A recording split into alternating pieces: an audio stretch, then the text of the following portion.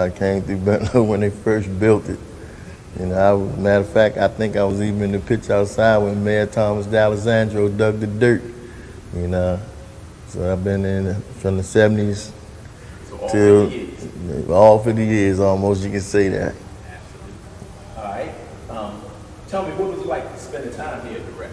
Man, it was heaven for us, man. Our moms and them knew where we was at after school.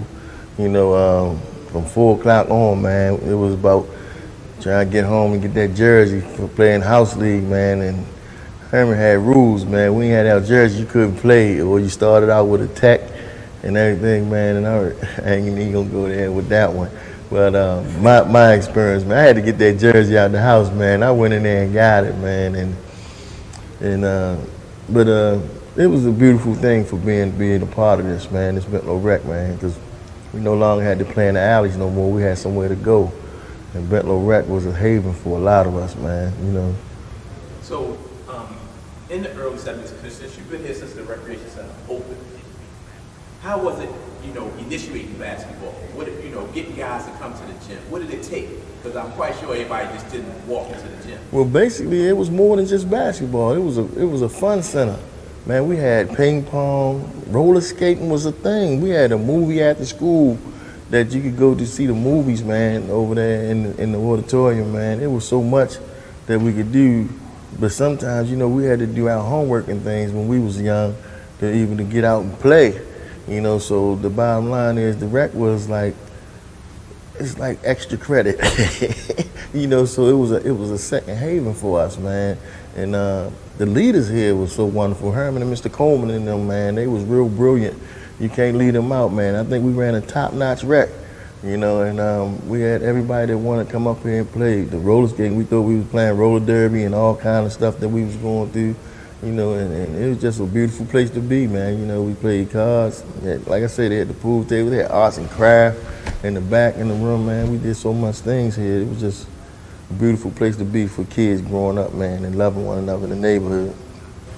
You mentioned Mr. Coleman, and I really appreciate that because he was the first director here. Yes.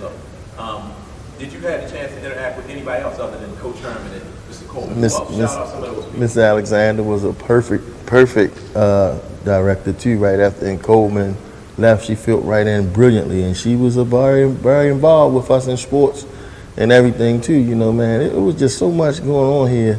We had softball leagues, man. They had uniforms, and just to wear that thing with Bentalou on your shirt, it meant everything to people in the neighborhood. Now, I really can say I don't know about other recs where I've been at because I've been here all my life, but to wear a shirt with Bentalou on the chest, it was an honor, man. Everybody wanted to play for Bentalou, man. It was an honor to be a Bomber, Jack. So I'm a Bomber for life.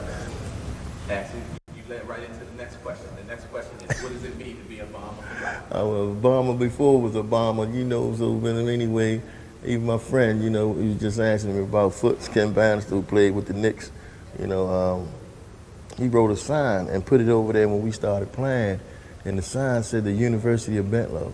It was more than just a rec to us. It was our safe haven, man, and we honored this joint. And growing up, man, and playing 1300, 1500, from 1100 first, I played 1100 first. I think in 1973 was the first year they had 1300 BNBL, and we went all the way down to Civic Center, and that was our first year, 1300 BNBL. I think it was in '73 because it only went to 1500 then. Yeah. Then they started letting us get in, and then I think, as we grew up and got more, so Herman started trending to more like 1100, 800, and he was catching them early where he could really be taught.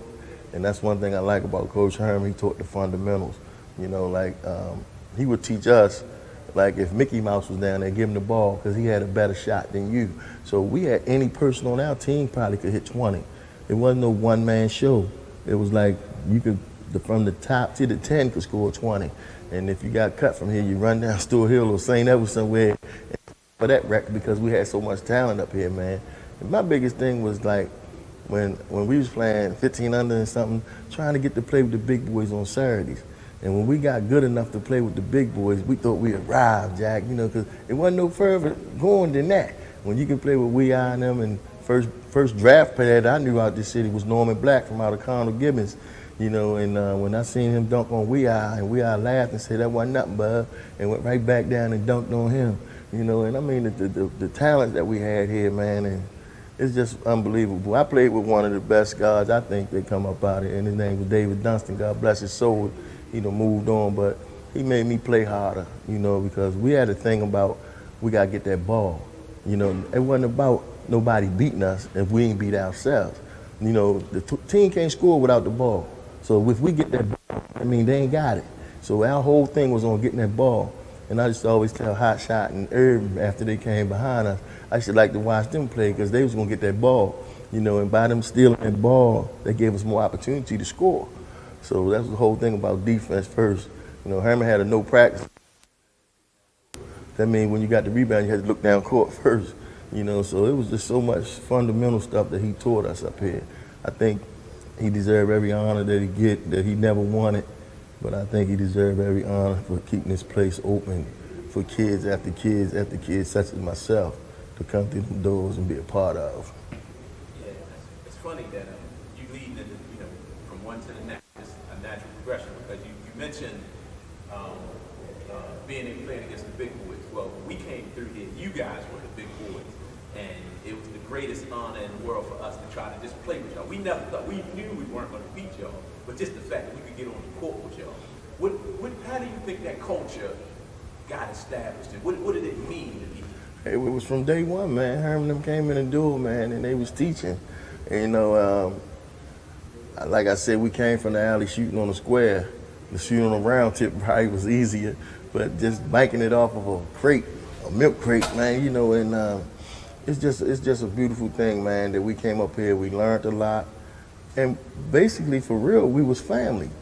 You know, it was like a family because when we played and we wasn't at the rec, we still looked after each other when we wasn't even at the rec.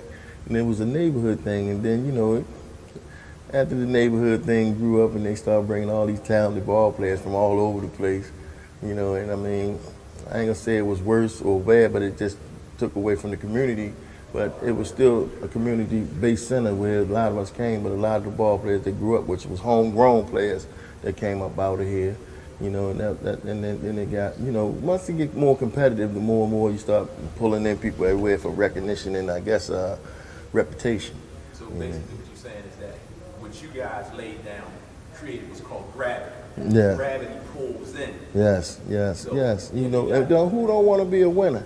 You know, I mean, I look at all the recs. I could probably name all the rec centers. Ron Hard had Ronald Heights. Charlie had John Nigger Howe. Leon was out Cherry Hill.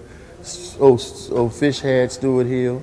You know, it was just all the recs, and the directors was important because if you're running an efficient program, then you should have efficient followers. You know, so if people are going to follow your lead, then you should be a good leader. And I think Herman Johnson was the best leader we had in this city, for me. If you could say anything to Coach Herman, what would it be? Herman, I thank you for all the years, man. You helped us become great people. You know, you taught us more than just basketball. This rec was more than just, you know, you ran the gym part, and Coleman and ran this, and together in the beginning, y'all was a great team. Y'all had so much going on for us, and I just want to thank you, man, for the 50 years that you kept the doors open for people after me, the community after me, children, grandchildren to come through the doors, and you still teaching your same fundamentals that made them thirsty for whatever was a simple program, and you kept the doors open for all of us, man, and I appreciate that, and I thank you, Herman.